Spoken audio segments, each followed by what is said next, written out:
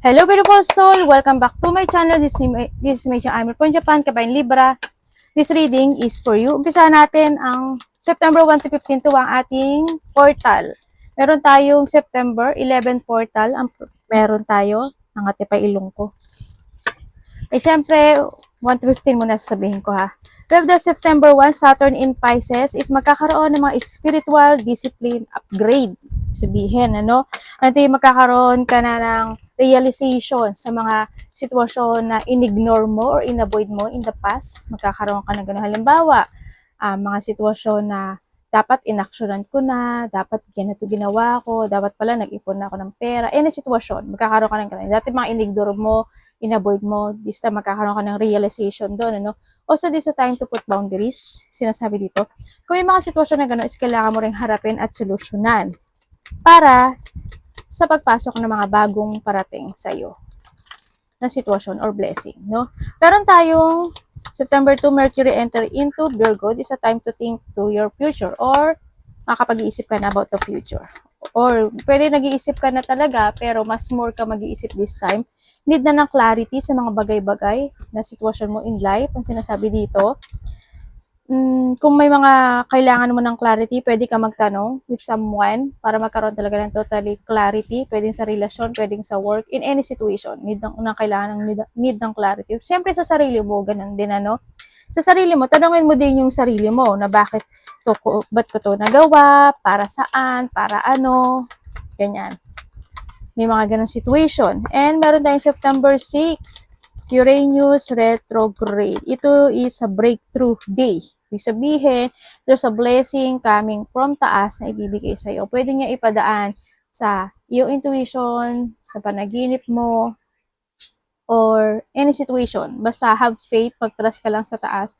Hindi ko alam kung paano, iba-iba kasi kayo ng way paano niya ipapadala sa iyo yung blessing na iyon. Pwedeng sa anak mo, ibibigay niya yung blessing na iyon. Pwedeng sa trabaho mo, pwedeng sa iyo, o pwedeng sa magulang mo. Pwedeng ganun. May blessing na parating sa iyo. Siyempre, meron tayong September 7. This is a full moon. Ito is ang kung tutusin is a corn or harvest moon. Ibig sabihin, mais or harvest moon. Pero, because of the lunar eclipse, is tinatawag talaga siya tinatawag siya ng karamihan na blood moon. Kasi dahil din sa mapula niyang color, no? At saka sa lunar eclipse. Yun. And sa panahong ito,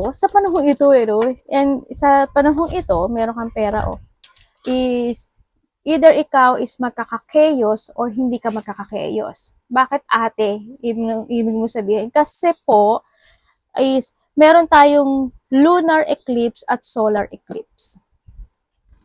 Dalawa kasi yung eclipse natin. Kaya either magkakakeyos ka or hindi. Pero, this time kasi is kailangan mong umiwas na lang sa mga sitwasyon o sa tao na makapagbibigay sa'yo ng trigger. Yan, iwasan mo na lang sila. Ibig sabihin, kung kinakailangan, no? Kasi, alam mo naman na, if the emotions is high, it will cause na chaos. Diba sabi ko nga palagi sa inyo, if the emotion is high, intelligence is low. Nakakabobo. Diba? Always kong sinasabi yun sa inyo. Kaya, umiwas ka na lang para hindi ka ma-high blood o hindi ka tumaas ang emotion mo, baka mag-away lang at chaos talaga kalalabasan o ano lang mangyari. Pero may mga chaos din naman na hindi mo may iwasan, no? Mga chaos na kinakailangang harapin kasi isa rin yun sa makapagbibigay sa'yo ng clarity or makapagpapa-awake sa'yo for something, no? Ang gagawin mo lang ngayon is you need to be patient na lang. Habaan mo pa yung PC mo this time sa nakita ko dito. And then, i-release mo lang kung kinakailangan yung emotions na yun. Kasi nga patient. And kung kailangan mo mag-relax ka, pumunta ka sa tabi ng dagat, ilog, mag-pool ka, or sa iba naman sa inyo, is pwede kayo maglagay ng asin o sea salt, hindi po iodized, sea salt sa tubig na pinaliligo nyo sa inyo. And also meron tayong September 9, this is a 9-9. No? As sa astrology kasi, this is a moon in Aries. Pero sa numerology, bulo lang atin nyo, kayo na kayo na lang alam mo na bubitang atin nyo. This is the biggest number the very powerful when it comes to a new lessons na makukuha mo.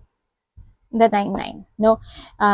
May mga asking for collaboration, partnership, yan. Find some balance na makukuha mo yung pagkakaisa or harmony this time. So, nasabi rin dito. Siyempre, sinasabi ng portal na ito is you need to search for someone who is in the same page. No? Kung yung same page ka, kailangan mo mahanap yun. And then, mag-going toward ka sa mga manifestation mo. Ito rin is sinasabi na completion. Completion, ibig sabihin, may mga bagay na kailangan mo i-let go, or may mga bagay na you need to cutting the cord. Also, the 9-9 is the best for investment. Kung may ilo-launch kayo, may ilalabas kayo na something, any situation, pwedeng business, pwedeng investment, pwedeng any situation, pwedeng gusto ko mag-YouTube channel, gusto kong maglagay ng stock dito, gusto kong mag-expand ng aking business, gusto ko na ganito, gusto ko any situation, 9-9 ha, this time or itong panahon na to is the best na kailangan mong gawin yon kasi it will success.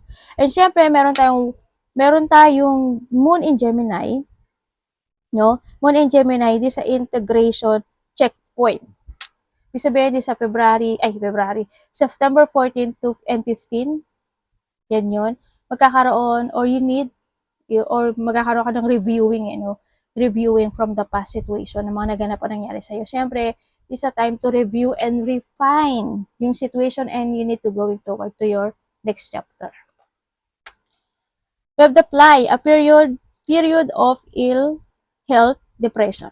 So, iba sa inyo, maaari may mga madidepress ka, may mga isipin kang bagay-bagay, may mga magulo yung isip, or pwede may mga magkakasakit, pwedeng there's a ill health, ikaw or someone into your life. Maingat din kayo sa sa langaw. Baka na may mga langaw sa inyo. You should accept valid criticism. Maaring ito makapagbibigay sa iyo, yung mga tao magki-criticize sa iyo. Mga tao may mga masasabi sa iyo, o may mga tao na may comment. Ganun din, comment and sabi, no? Yan, kung ano man yan, pwedeng sila makapag-depress sa'yo, or someone, di ba? Kung sino man yan. New home, new attitude.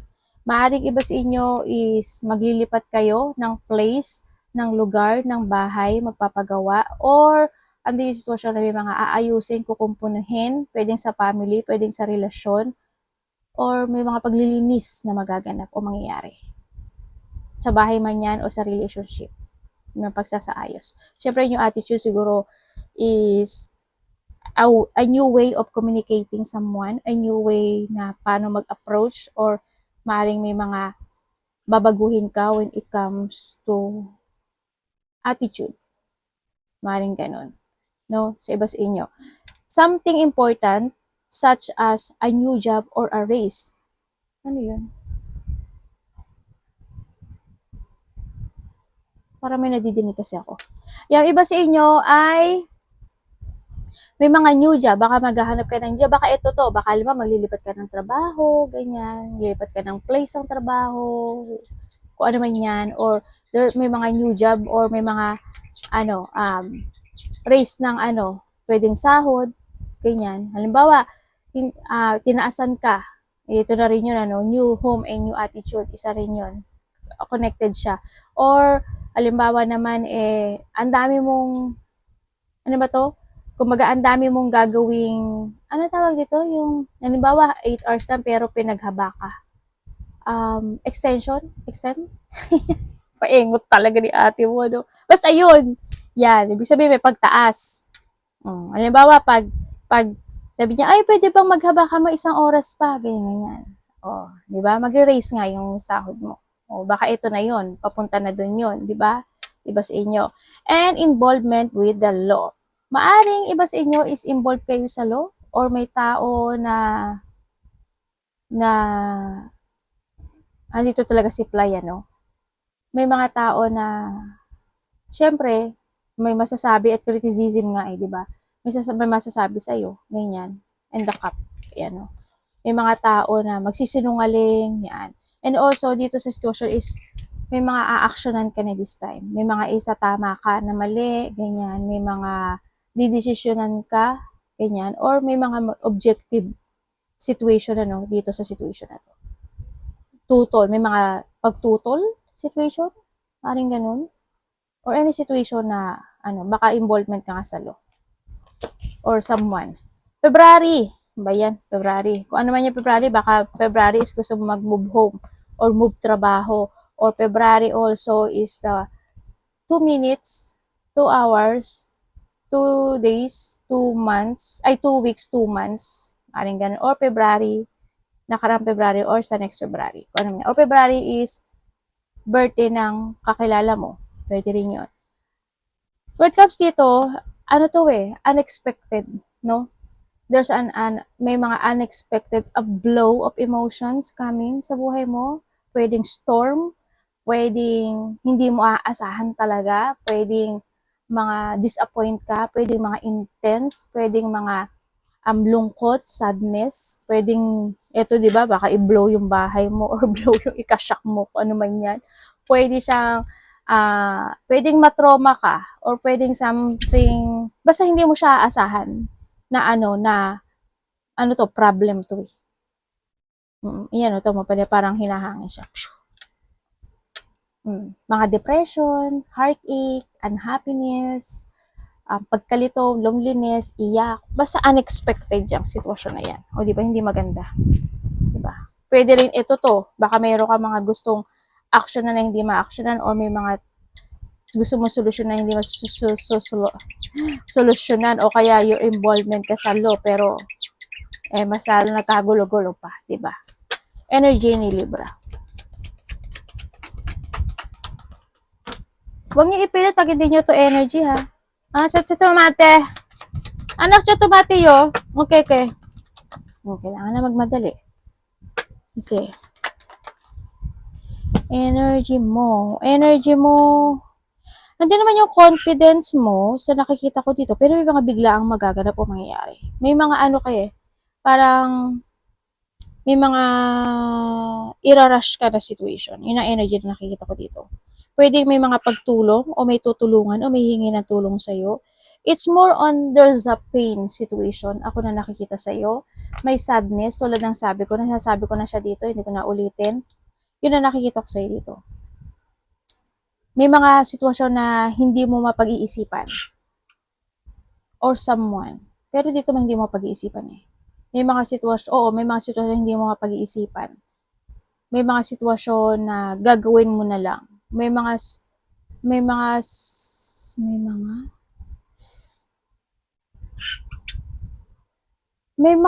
mangyari ka parang something quick decision making. May ganun. Ako nakikita sa'yo. Anong parating sa'yo? Di ba sa'yo may mga i-work hard daw kayo, pupukusan, i-develop. Yan. You give an hard work and effort sa isang sitwasyon. Parating. Dali lang, anak.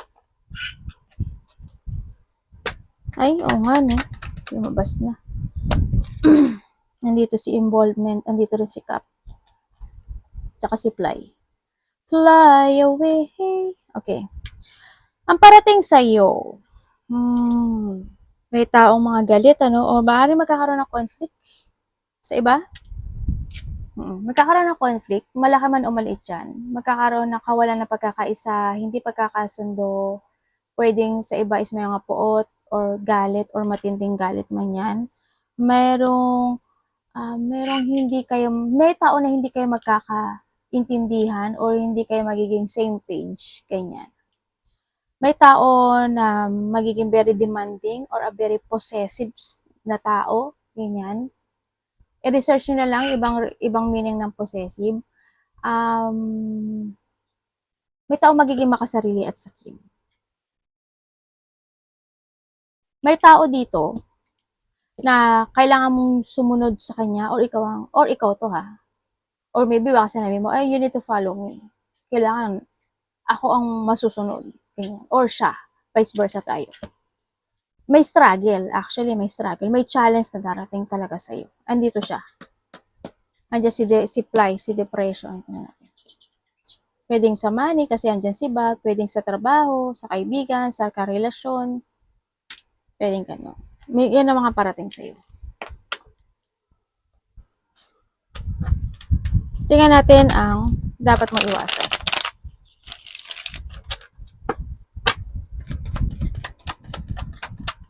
Dapat iwasan, universe.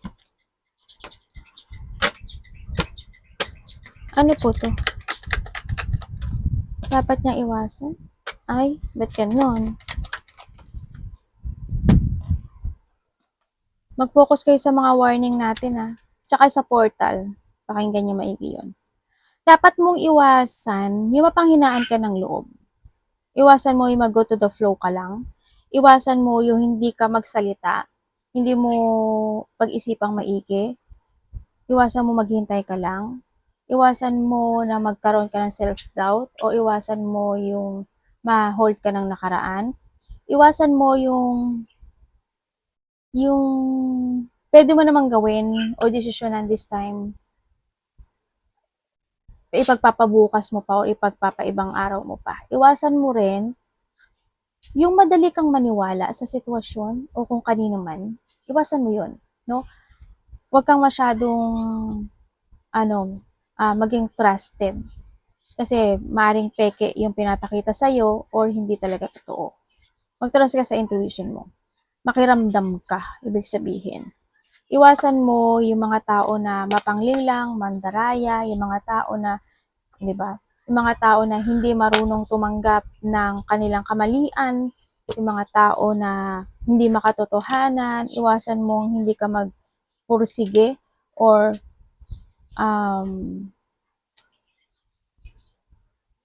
hindi ka magtiyaga in a situation. Ganun. Siyempre, iwasan mo yung hindi ka maglagay ng boundary sa sarili mo. Kamusta ang love ni Libra? When it comes sa love, kaibigan, karelasyon, pamilya, kung sino man siya, asawa, or kung sino man siya.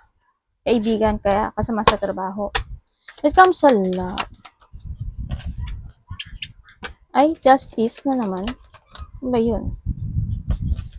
Okay, when it comes sa love, kung kayo is nagkahiwalay nitong tao na ito, sa mga single muna. Sa mga single,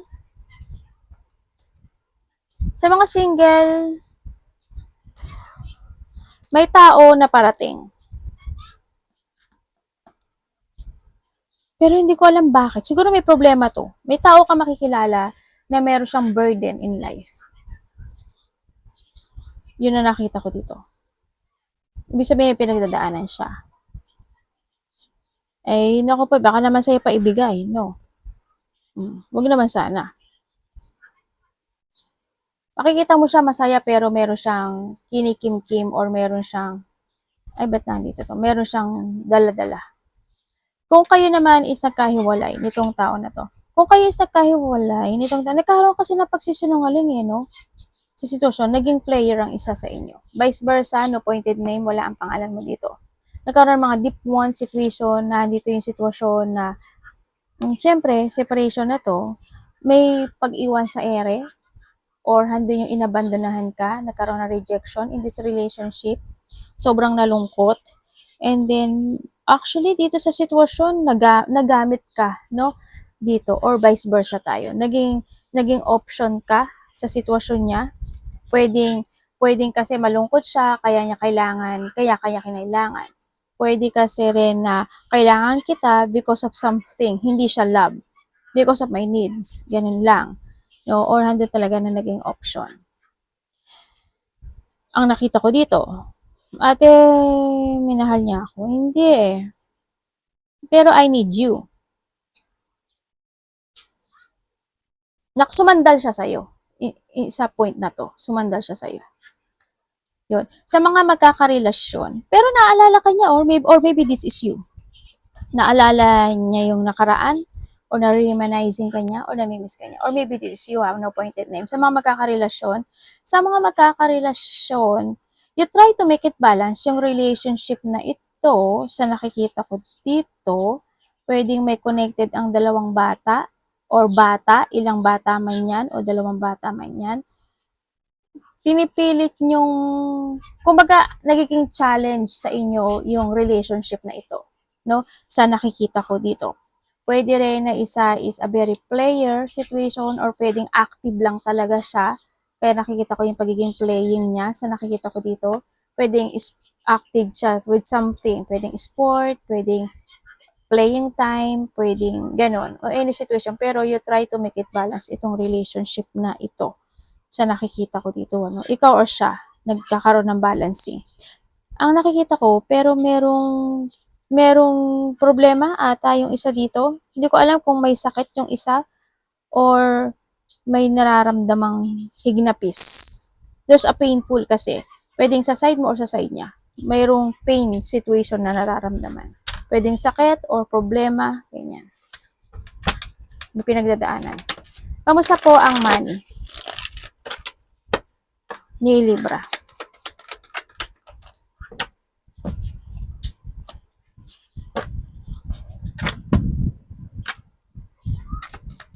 May papasok na pera sa iba sa inyo. Ay, malo. May travel kayo? Oh, okay.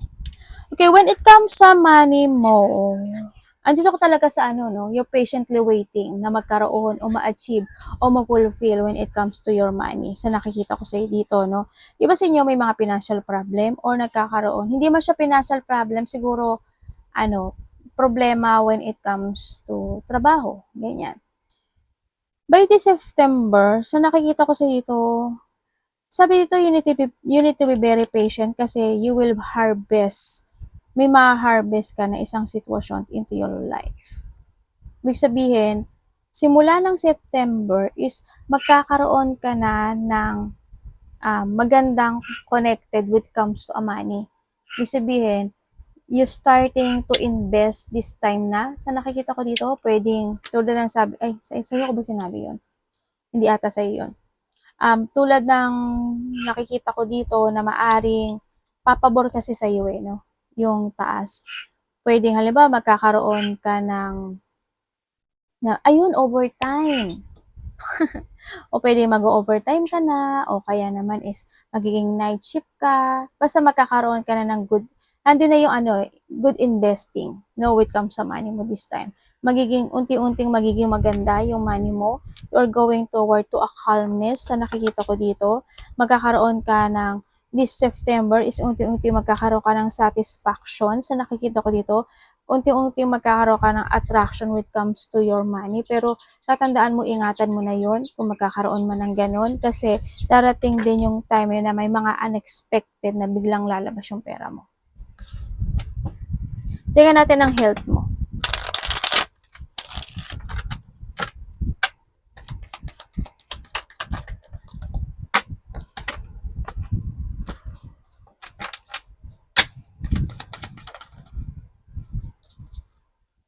Okay.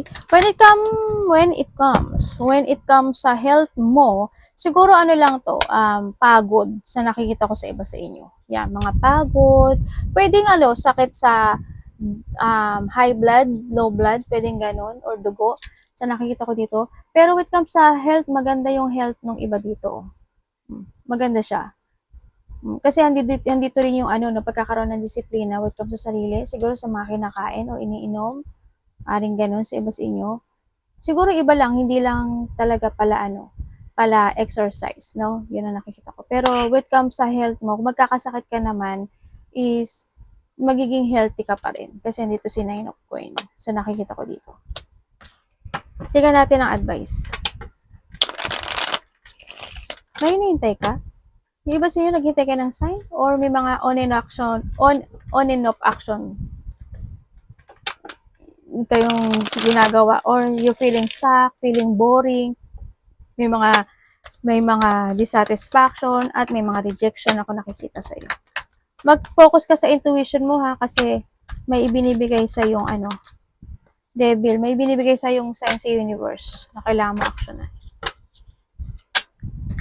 Diba, makakakita ka ng repeating numbers, ganyan, panaginip, by the song.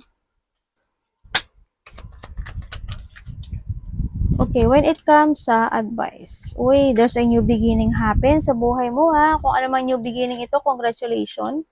May mga recovery, there's a material success is coming also. Magkakaroon na ng enlightenment, lalo na when it comes sa pera mo.